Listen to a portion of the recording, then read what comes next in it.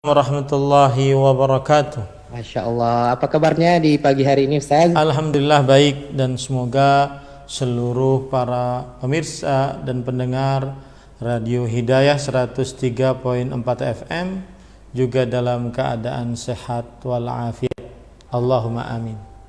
Amin, Allahumma amin. Begitu juga dengan Ustaz dan juga keluarga. Semoga juga para asatizah yang berada di sana serta santri. Amin ya rabbal alamin. Baik kaum muslimin dan muslimah rahimakumullah, seperti biasa ya konsultasi syariah kita diawali dengan kajian tematik, dan sudah kita dengar kita lihat tampilan di layar Ustaz rahasia iyyaka na'budu wa iyyaka nasta'in yang Ustaz pilih untuk disampaikan di kesempatan mengawali konsultasi syariah kita. Baik kaum muslimin dan muslimah, selamat menyimak dan selamat belajar, dan kepada Al-Ustaz kita persilahkan, falyatafadhal mashkura. Assalamualaikum warahmatullahi wabarakatuh. Bismillah walhamdulillah wassalatu wassalamu ala rasulillah wa ala alihi wa ashabihi wa man wala. Ahibati fillah, afanillahu iyyakum. Kaum muslimin yang saya cintai karena Allah, semoga Allah subhanahu wa ta'ala selalu memberikan afiat kepada kita di dunia dan di akhirat.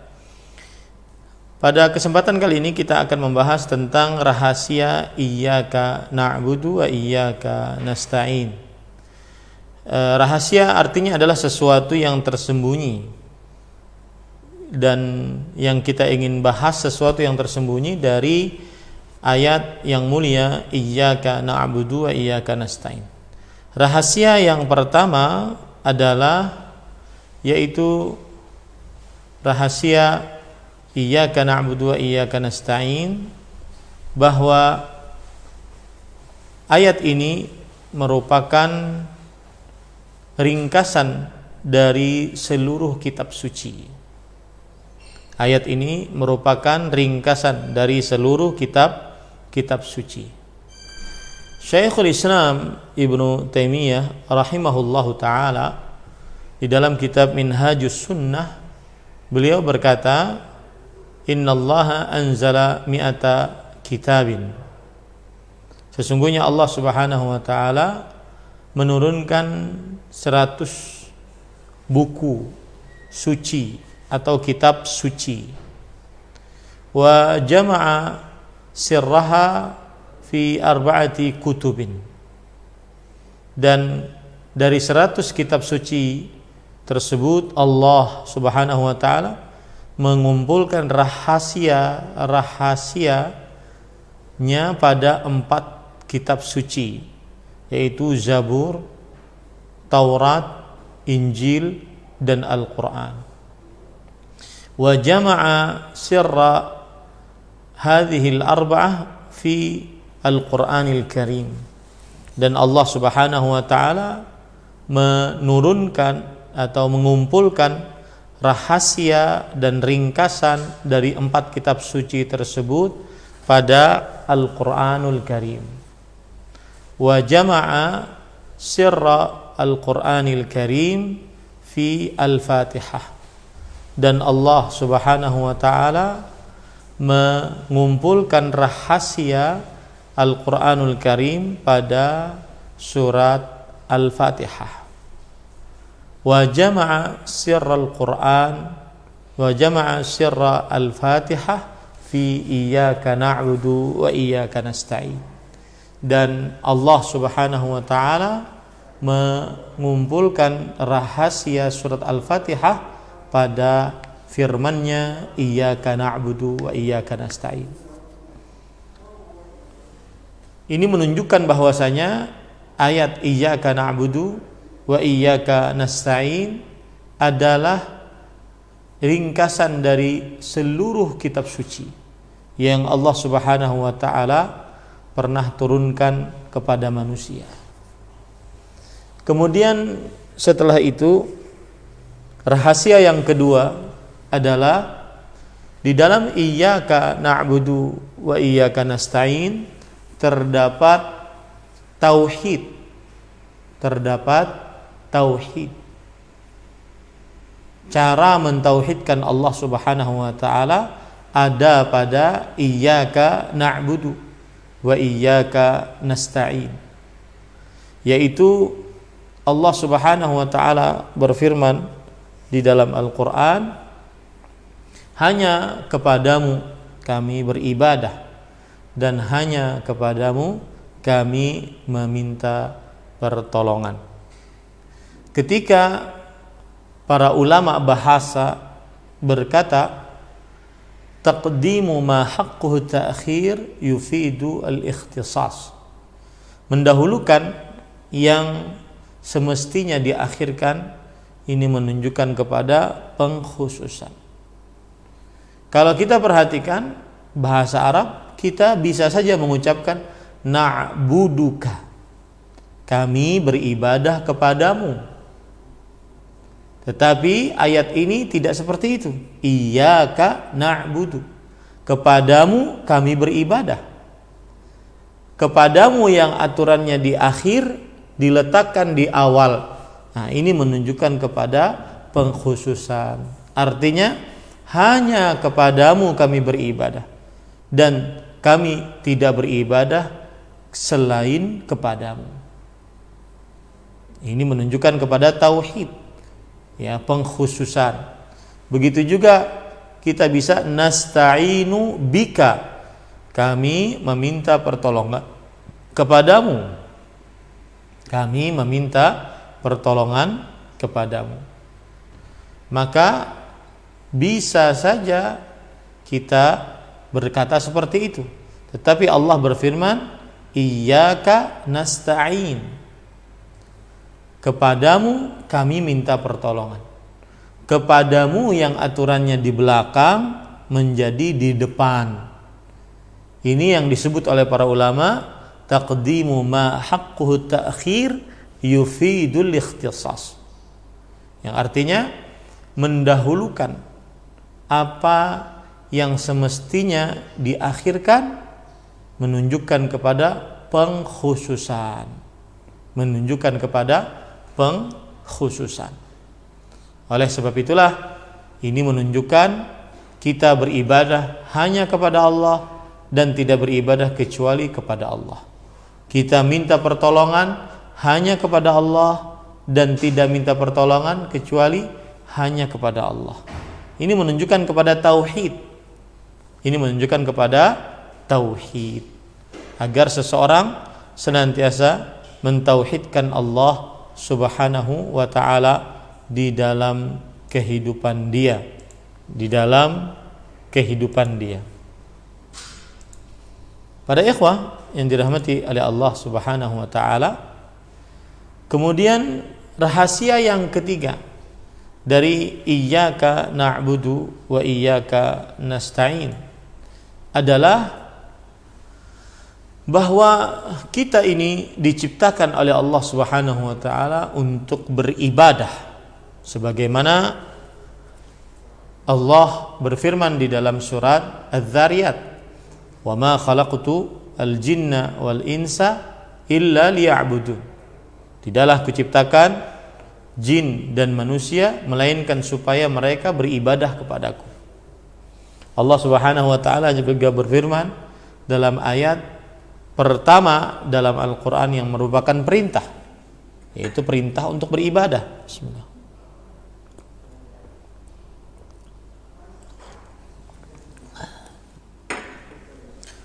Allah berfirman, ya ayyuhan nas u'budu rabbakum, wahai manusia, beribadahlah kalian seluruhnya kepada Tuhan kalian yang memelihara kalian. Ini menunjukkan bahwa tujuan penciptaan saya dan Bapak Ibu dan seluruh manusia adalah untuk supaya beribadah kepada Allah Subhanahu wa ta'ala. Nah, ibadah ini tidak bisa dikerjakan kecuali dengan minta pertolongan. Dan itulah dua sumber konsep hidup manusia. Dua sumber konsep hidup manusia, yaitu beribadah, dan ibadah tidak bisa kita lakukan kecuali dengan minta tolong kepada Allah Subhanahu wa taala. Ya. Ini menunjukkan bahwasanya dua konsep hidup seorang muslim itu adalah dia beribadah kepada Allah dan bertawakal kepada Allah. Ibadah kepada Allah Subhanahu wa taala dan bertawakal kepada Allah Subhanahu wa taala. Ibadah pada ayat iyyaka na'budu dan tawakal pada ayat iyyaka nasta'in. Selalu seperti itu konsep hidup seorang muslim, antara dua hal, beribadah dan minta tolong sama Allah untuk menegakkan ibadah kepada Allah Subhanahu wa taala. Kemudian rahasia selanjutnya dari iyyaka na'budu wa iyyaka nasta'in adalah ketika Allah Subhanahu wa taala berfirman iyyaka na'budu, hanya kepadamu kami beribadah. Ini menunjukkan kepada melepaskan diri dari niat kecuali hanya kepada Allah. Melepaskan diri dari niat apapun kecuali hanya kepada Allah Subhanahu wa taala. Nasta'in, melepaskan diri dari dari segala macam kekuatan dan daya upaya. Melepaskan diri dari segala macam kekuatan dan daya upaya kecuali hanya dari Allah Subhanahu wa taala. Nah, ini dalam konsep hidup seorang muslim senantiasa selalu seperti itu, yaitu melepaskan diri dari niat apapun kecuali ingin pahala hanya dari Allah, dan melepaskan diri dari kekuatan apapun kecuali hanya dari kekuatan Allah Subhanahu wa taala. Dengan begitu seorang muslim akan selalu berada di atas kebaikan, akan selalu berada di atas pertolongan Allah Subhanahu wa taala dan kesempurnaan keimanan. Itu beberapa rahasia dari iyyaka na'budu wa iyyaka nasta'in yang minimal 17 kali sehari semalam kita baca. Dan maksimal 22 atau 29 kali kita baca berserta dengan sholat nawafil ataupun sholat rawatib qabliyah dan ba'diyah.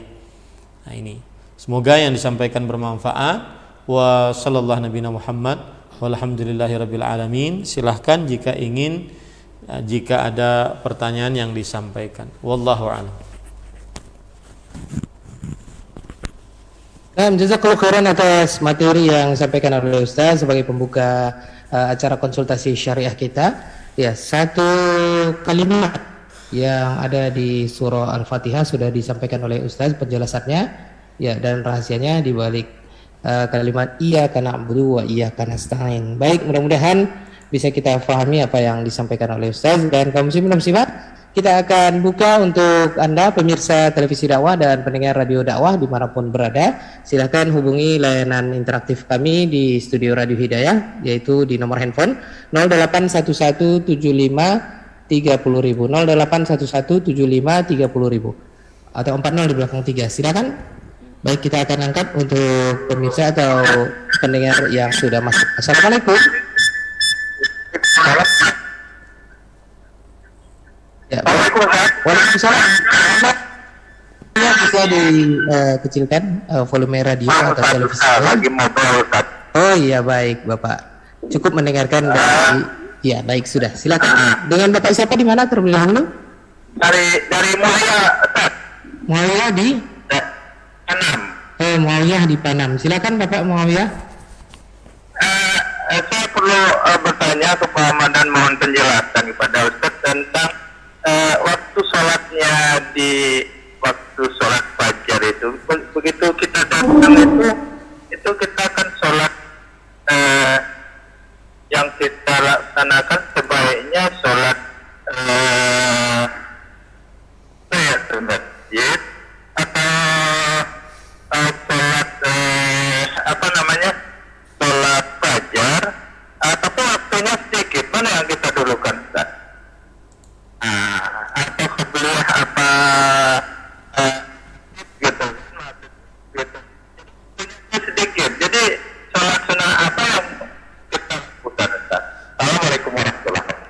Waalaikumsalam warahmatullahi wabarakatuh. Bismillah, walhamdulillah, wassalatu wassalamu ala rasulillah wa ala alihi wa ashabihi wa man wala. Bapak dari Panam bertanya, kalau kita masuk masjid sedangkan waktu sempit antara adzan dan iqamah, apa yang harus kita kerjakan? Apakah kita sholat qabliyah ataukah kita sholat tahiyatul masjid? Maka jawabannya adalah yang kita kerjakan sholat qabliyah agar kita mendapatkan pahala sholat qabliyah, dan itu sudah termasuk daripada sholat tahiyatul masjid. Sholat qabliyah dikerjakan dan itu sudah masuk kepada tahiyatul masjid. Kenapa? Karena sholat tahiyatul masjid adalah sholat yang bukan dimaksudkan pada zatnya, sholat yang dikerjakan dalam keadaan kita masuk masjid. Sebelum duduk hendaknya kita sholat. Sholatnya sholat apa? Pokoknya sholat. Sebelum duduk masjid kita sholat. Entah itu sholatnya sholat wajib kah, sholat tahiyatul masjid kah, atau sholat setelah wudhu kah, atau sholat qabliyah, sholat sunat rawatib. Yang penting sebelum duduk di masjid, ketika kita masuk ke masjid, maka kita mengerjakan sholat. Maka apabila seorang masuk ke dalam masjid sedangkan masjidnya sedangkan waktunya sempit, maka sholatlah qabliyah dan niatkan itu juga sholat tahiyatul masjid, insyaallah mendapatkan 2 pahala. Rasul sallallahu alaihi wasallam bersabda, innamal a'malu binniyat. Amalan itu sesuai dengan niatnya. Wallahu a'lam. Nah, jazakallahu khairan atas jawaban penjelasan dari Ustaz. Mudah-mudahan Bapak Muawiyah di Panam, Pekanbaru ya, bisa mendengarkan dan ya memahami jawaban dan penjelasan dari Ustaz. Kita akan angkat penelpon yang kedua, 081175 30.000, 081175 30.000, 40 di belakang 3 ya. Baik, sudah ada yang tersambung di ujung telepon. Assalamualaikum. Waalaikumsalam warahmatullahi wabarakatuh. Masya Allah, Bapak. Iya, Masya Allah, Bapak Amin di Bangkinang Riau. Silakan Pak Amin, pertanyaan atau konsultasi. Assalamualaikum Ustaz. Ketika kita membaca Al-Fatihah, selalu bacaan kita itu dijawab oleh Allah. Seperti di awalnya Alhamdulillahirabbil alamin, hamidani abdi, dan seterusnya. Sampai di iyyaka na'budu wa iyyaka nasta'in ini, Allah membagi antara kita dengan Dia, antara aku dan hambaku, dan Dia akan mengabulkan seluruh doa-doa yang diucapkan. Yang saya tanya adalah doa yang mana Ustaz? Apakah doa sesudah kita sholat saja atau setiap doa sesudah itu sebelum kita sholat lagi di waktu yang berikutnya? Syukran katsiran Ustaz, barakallahu fiik, jazakallahu khairan. Assalamualaikum warahmatullahi wabarakatuh. bismillah, walhamdulillah, wassalatu wassalamu ala rasulillah wa ala alihi wa ashabihi wa man walah. Doa yang dimaksud adalah pada kata ihdinas siratal mustaqim. Artinya tunjuki kami kepada jalan yang lurus.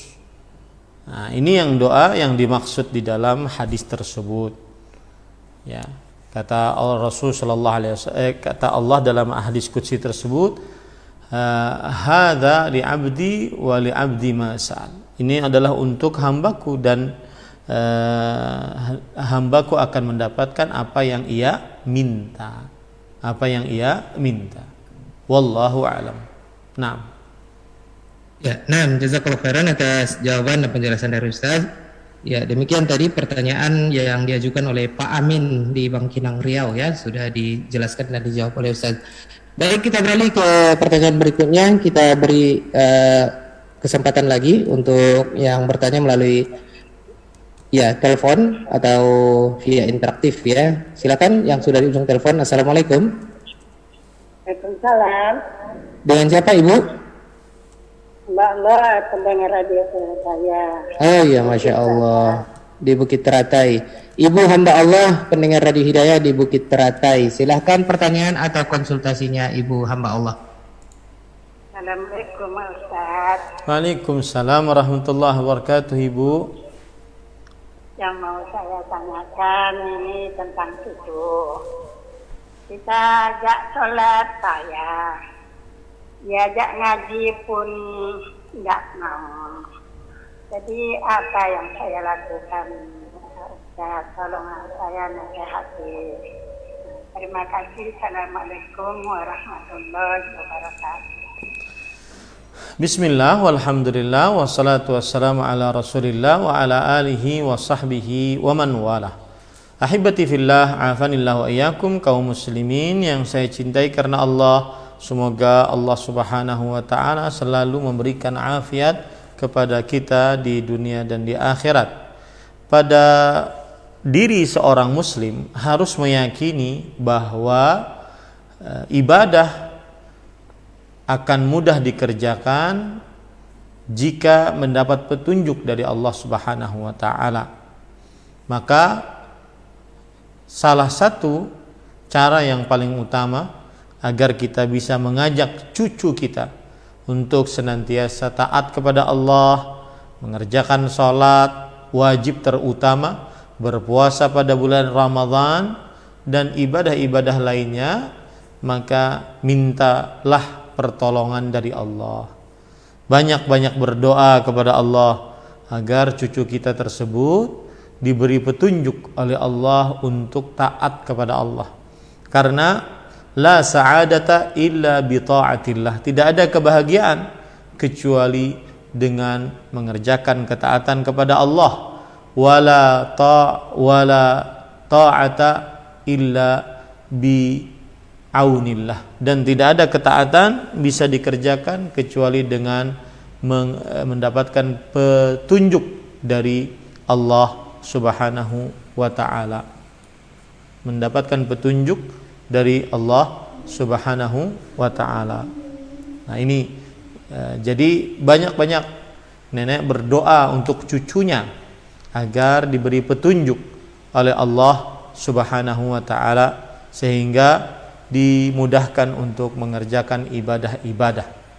Kemudian yang kedua, terus saja menasihati sang anak tersebut atau sang cucu tersebut agar mengerjakan ibadah kepada Allah Subhanahu wa ta'ala. Terus, karena kita tidak tahu kapan Allah Subhanahu wa ta'ala memberi petunjuk kepada kita, dan jangan berputus asa dari rahmat Allah Subhanahu wa ta'ala. Allah Subhanahu wa ta'ala berfirman, "Qul ya ibadiyalladzina asrafu ala anfusihim la taqnatu min rahmatillah." Katakanlah wahai Muhammad sallallahu alaihi wasallam, janganlah kalian berputus asa dari rahmat Allah Subhanahu wa ta'ala. Kemudian dalam ayat yang lain Allah Subhanahu wa taala berfirman, "Ya bani yadhhabu fatahassasu min Yusuf wa la tayasu min rauhillah. Innahu la yayasu min rauhillah illa al-qaumul kafirun." Nabi Ya'qub berkata kepada anak-anaknya al-asbat, "Wahai anak-anakku, pergilah kalian cari Yusuf dan saudaranya, dan janganlah kalian berputus asa dari rahmat Allah dalam mencarinya. Sesungguhnya tidak ada yang berputus asa dari rahmat Allah kecuali orang-orang yang kafir." Maka seorang muslim terus dia mendakwahi cucunya, anak-anaknya agar taat kepada Allah Subhanahu wa ta'ala. Wallahu a'lam. Naam. Ya, jazakallahu khairan atas jawaban dan penjelasan dari Ustaz. Ya, mudah-mudahan nenek yang bertanya tadi di Bukit Teratai ya bisa mendengarkan penjelasan dari Ustaz, dan semoga Allah Subhanahu wa taala berikan hidayah kepada cucunya. Amin. Baik, kita lanjutkan pertanyaan berikutnya dari WhatsApp ya. Kita angkat dulu pertanyaan dari WhatsApp. Ya, pertanyaan dari hamba Allah di Rumbai, Pekanbaru. Pertanyaannya, semua harta peninggalan ayah saya, apakah semua menjadi hak ahli waris? Bagaimana jika kakak saya mengatur tidak semua diberikan kepada ahli waris? tanah wakaf bapak saya hanya 20 kali 30 meter. Setelah bapak meninggal, kakak menambah menjadi 1 hektar.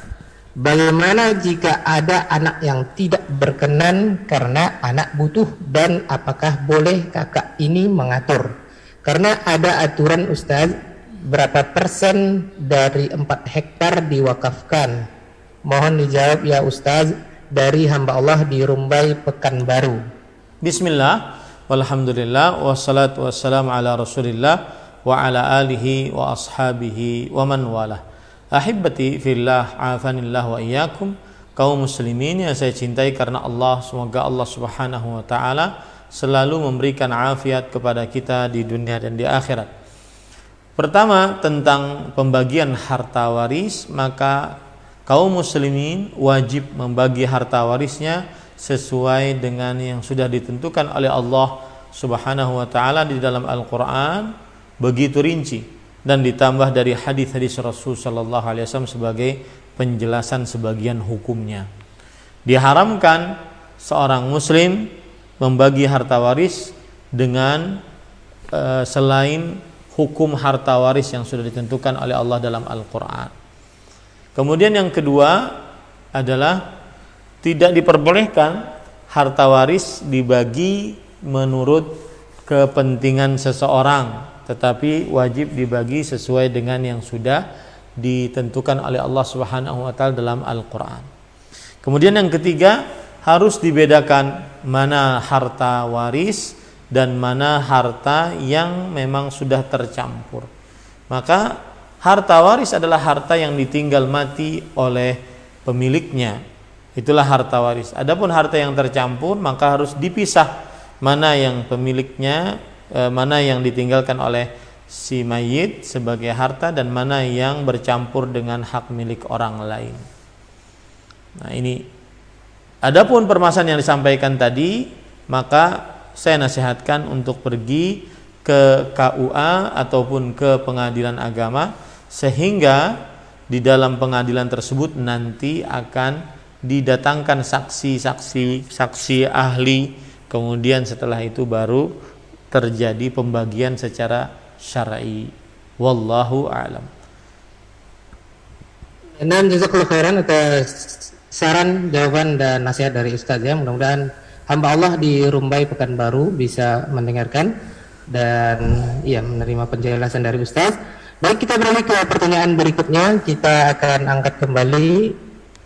Ya baik, kita angkat dulu ya dari via telepon. Sudah ada yang tersambung di ujung telepon. Baik, assalamualaikum. Waalaikumsalam Abu. Halo, assalamualaikum. Halo. Iya, dengan siapa? Assalamualaikum Abu. Waalaikumsalam warahmatullahi wabarakatuh. Ibu, dengan siapa? Di mana Ibu? Dengan pendengar siapkan baru. Baik, silakan Ibu. Pertanyaan atau konsultasinya Ibu. Ya, assalamualaikum Ustaz. Waalaikumsalam warahmatullahi wabarakatuh. Ini saya berniat Ustaz, setiap Jumat mengasih anak yatim Rp5.000. Itu anak itu umur 10 tahun kira-kira, laki-laki. Tapi karena sekarang saya enggak ke surau lagi, udah tua, sering enggak jumpa Ustaz. Boleh saya ganti dengan yang sebelah rumah, tapi anaknya perempuan, udah kelas 2 SMP. Jadi sampai berapakah umur anak yatim itu Ustaz? Jadi boleh saya tukar ke Ustaz sama yang perempuan yang dekat rumah, karena sering enggak jumpa yang saya niatkan itu laki-laki umur 10 tahun. Ustaz, mana yang bagus Ustaz? Terima kasih Ustaz. Assalamualaikum warahmatullahi wabarakatuh. Waalaikumsalam warahmatullahi wabarakatuh. Bismillah, walhamdulillah, wassalatu wassalamu ala rasulillah wa ala alihi wa ashabihi wa man walah. Adapun untuk niatan boleh diganti karena ibu tidak bernazar. Ibu hanya berniat. Boleh diganti, diberikan sedekah kepada siapa yang ibu lihat mudah untuk diberikan sedekah. Adapun permasalahan berapa umur anak sudah dikatakan tidak yatim lagi, maka Perhatikan baik-baik, yatim adalah seorang anak yang ditinggal mati oleh orang tuanya laki-laki, bapaknya. Inilah yatim dan dia belum baligh. Kalau sudah baligh maka dia bukan anak yatim lagi. Ya. Jadi batasannya adalah kebalighan. Kalau sudah baligh maka dia bukan anak yatim lagi. Baik itu laki-laki ataupun perempuan. Naam, wallahu a'lam. Ya, baik. Jazakallahu khairan atas jawaban dan penjelasan dari Ustaz. Yang mudah-mudahan Ibu pendengar setia di Pekanbaru sudah bisa mendengarkan jawaban dari Ustazah. Baik, kita beralih ke pertanyaan berikutnya. Kita berikan kesempatan dulu ya untuk pertanyaan dari pesan singkat. Ya, pertanyaan pesan singkat. Ustaz, sahkah wudu menggunakan krim wajah? Bismillah, walhamdulillah, wassalatu wassalamu ala rasulillah wa ala alihi wa sahbihi wa man walah. Berwudu dengan air dan krim wajah bukan air. Oleh sebab itulah tidak sah berwudu dengan krim wajah yang bukan air.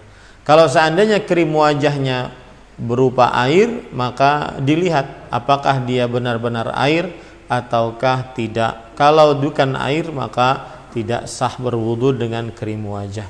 Wallahu a'lam. Nah. Ya, baik, jazakallahu khairan atas jawaban dan penjelasan dari Ustaz. Kembali kita akan persilahkan. Silakan yang sudah di ujung telepon. Ya, yang ingin konsultasi atau pertanyaannya, baik, sudah kita angkat. Silakan Bapak Ibu. Assalamualaikum. Waalaikumsalam warahmatullahi wabarakatuh. Dengan siapa Bapak? Di mana?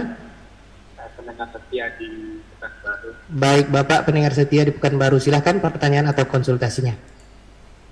Assalamualaikum. Waalaikumsalam warahmatullahi wabarakatuh. Saya mau bertanya Ustaz, saya kan baru belajar tentang istirahat. Jadi saya sekolahkan anak saya di salah satu sekolah SD ini, katanya sunnah. Jadi dalam bacaan sholatnya itu di terakhir kan yang at-tahiyatul Ustaz, itu pada saat Allahumma sholli ala itu Ustaz, salawatnya itu dia menggunakan salawat Ibrahimiyah Ustaz. Sedangkan yang saya pelajari dari kecil hingga besar ini yang saya tahu itu kan tidak menggunakan innaka hamidum majid 2 kali, hanya fil alamina innaka hamidum majid di akhir ayat, ya, akhir salawatnya Ustaznya. Itu bagaimana Ustaz? Mana sebenarnya yang benar Ustaz? Apakah boleh dua-duanya dipakai atau yang paling sunnah Ustaz? Bismillah, walhamdulillah, Baik. wassalatu wassalamu ala rasulillah wa ala alihi wa ashabihi wa man walah. Di dalam bacaan tasyahud dan kemudian bersalawat setelahnya, maka terdapat banyak riwayat. Salah satu yang disebutkan oleh Bapak tadi, innaka hamidum majidnya sekali, dan ada dalam riwayat yang lain innaka hamidum majidnya 2 kali. 2 riwayat tersebut seluruhnya adalah benar dan bisa digunakan salah satu dari keduanya. Dan ini yang disebut dengan ikhtilafut tanawwu', yaitu perbedaan yang bermacam-macam. Boleh salah satu kita mengambilnya. Jadi diperbolehkan. Wallahu a'lam. Naam. Ya, nah, jazakallahu khairan atas jawaban penjelasan dari Ustaz. Ya, jazakallahu khairan untuk Bapak pendengar setia Radio Hidayah di Pekanbaru yang sudah mengajukan pertanyaannya. Baik, kita akan lanjutkan pertanyaan berikutnya atau konsultasi berikutnya. Ya, silakan bagi Anda yang ingin bertanya ke studio Radio Hidayah atau juga ke WhatsApp Radio Hidayah, silakan ya. Sudah kita buka. Baik, kita selang-seling dulu pertanyaan berikutnya dari WhatsApp. Ya, dari hamba Allah. Pertanyaannya, Ustaz, SLM apa ini? Oh, selama ini mungkin Ustaz. selama ini saya harus disingkat-singkat SY. Selama ini saya setelah menerima uang tiap bulan dari suami untuk mengelola belanja dan SPP anak-anak. Setelah semua terpenuhi, ada lebihnya saya infakkan ke beberapa tempat Ustaz, infak Quran, pondok pesantren, dan lain-lain. Apakah menjadi pahala untuk saya Ustaz, dan apakah TRT turut saya mendapat dosa Ustaz karena saya tidak izin suami karena khawatir berat dan menjadi banyak pertanyaan dari suami karena saya mengenal beliau. Saya terus berharap semoga suami diberi nikmat sunnah ini dan saya diberi teguh dalam sunnah. Mohon doakan saya dan keluarga Ustaz. Barakallahu fiik. Bismillah walhamdulillah wassalatu wassalamu ala rasulillah wa ala alihi wa sahbihi wa wala. Ahibbati fillah, afanillah wa iyyakum. Adapun untuk seorang istri, apakah dia mendapatkan pahala atas bersedekah dengan harta yang suami memberikan nafkah kepadanya? Maka jawabannya, ketika suami memberikan nafkah kepada istri, maka berarti berpindah kepemilikan harta tersebut. Harta tersebut berarti adalah milik istri karena sudah dinafkahkan oleh suami kepada istri. Nah, ketika sang istri berlaku pada harta tersebut, entah dia gunakan untuk makan, minum, berpakaian, menghias tubuh, maka diperbolehkan untuknya. Begitu juga jika dia gunakan untuk kepentingan-kepentingan akhirat. Maka dalam hal ini seorang istri mendapatkan pahala akan hal itu karena dia bersedekah dengan hartanya atas nafkah dari suaminya. Kemudian yang kedua adalah, apakah sang istri berdosa? Maka jawabannya tergantung nafkah yang diberikan oleh suami tersebut, apakah nafkah yang sudah menunjukkan berpindahnya kepemilikan harta ataukah tidak. Kalau seandainya sang suami hanya menitipkan kepada istri uang agar sang istri menjaganya dan keperluan-keperluan digunakan dari uang tersebut seperti SPP anak, memasak dan seterusnya, maka itu berarti titipan, bukan berpindah kepemilikan. Nah, jika titipan, maka sang istri wajib meminta izin kepada suami, karena itu adalah harta sang suami. Ya, tidak boleh disalurkan kepada sekehendak istri kecuali dengan izin suami. Ini kalau seandainya bahwa harta tersebut adalah titipan. Tapi jika harta tersebut adalah nafkah yang berarti sudah kepemilikan istri 100%, maka hanya disunnahkan dia minta izin. Hanya disunnahkan dia minta izin, tidak diwajibkan. Rasulullah SAW bersabda, la tantahikul mar'atu syai'an min mariha illa biizni zaujiha, yang artinya tidaklah seorang istri menghabiskan sesuatu dari hartanya kecuali dengan izin suaminya. Dan ini adab, tidak wajib ya. Wallahu a'lam.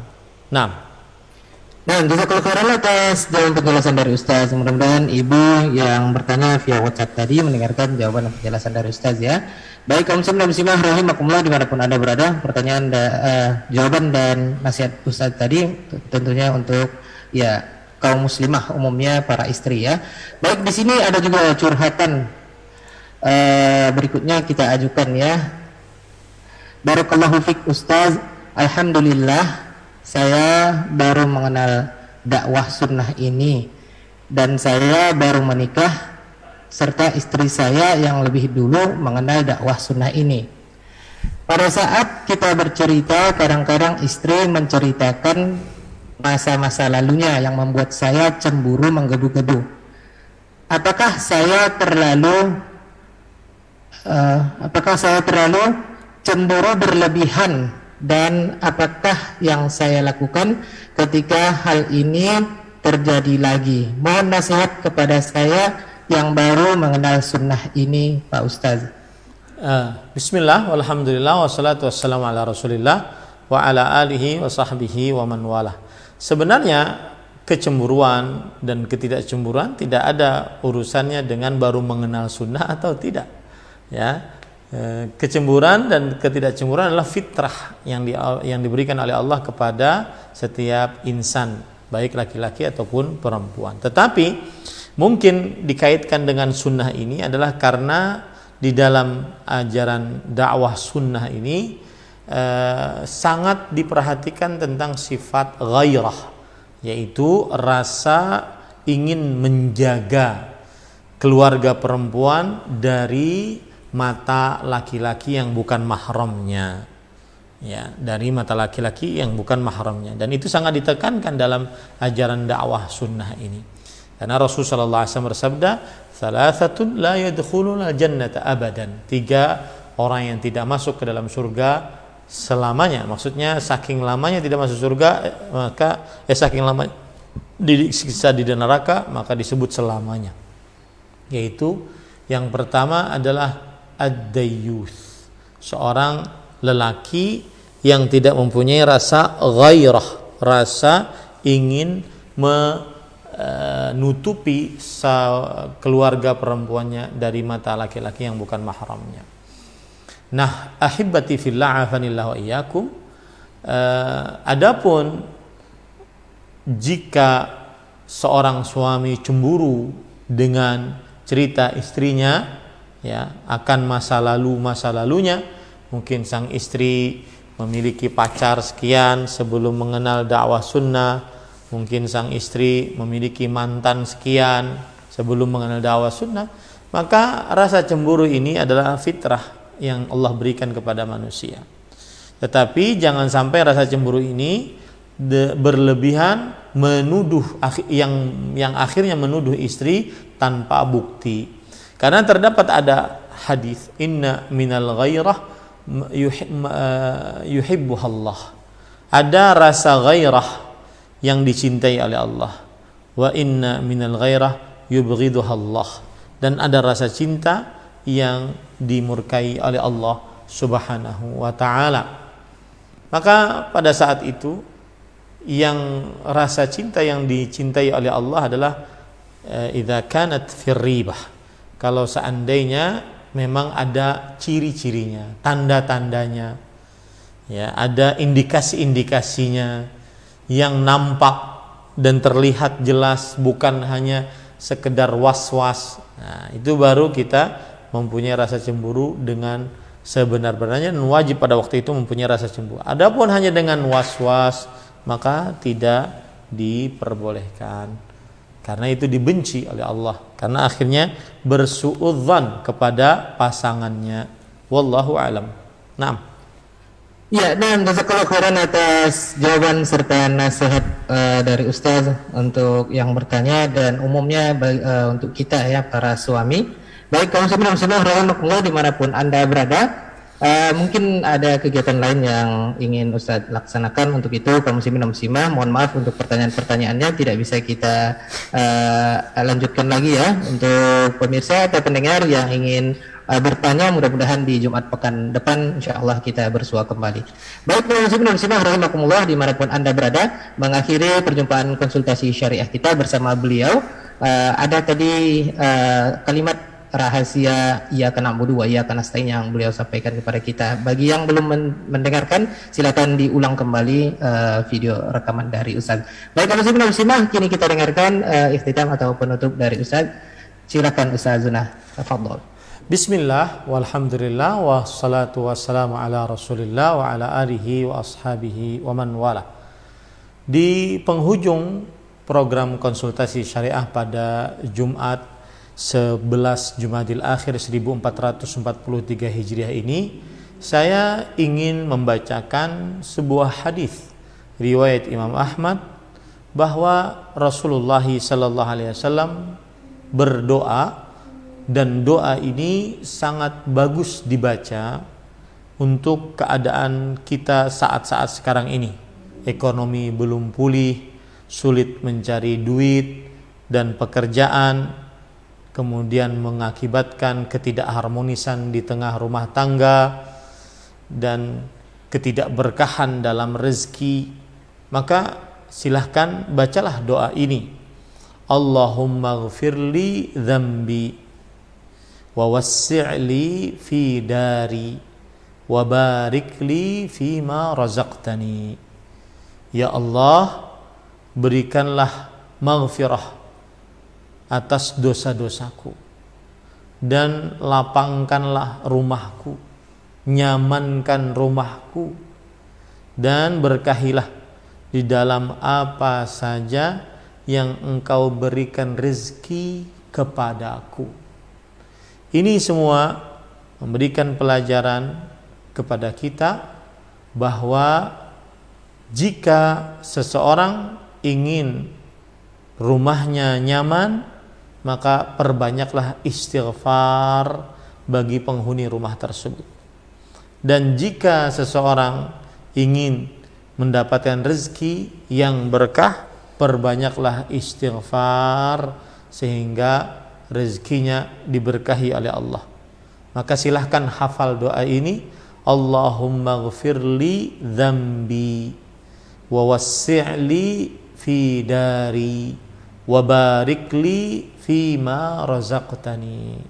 Ya Allah, ampunilah dosa-dosaku, lapangkanlah, nyamankanlah rumahku untukku, dan berkahilah untukku di dalam apa saja yang Engkau berikan rezeki kepadaku. Semoga amalan ini bermanfaat dan akhirnya kita diampuni dosa, rumah tangga kita nyaman, harmonis, sakinah, mawaddah dan rahmah, rezeki kita diberkahi oleh Allah Subhanahu wa ta'ala. Wallahu alam wa sallallahu ala nabiyina Muhammad walhamdulillahi rabbil alamin. Wassalamualaikum warahmatullahi wabarakatuh. Waalaikumsalam warahmatullahi wabarakatuh. Kita ucapkan jazakallahu khairan ya Ustazana yang sudah memberikan kita tips untuk hidup bahagia di zaman ini ya.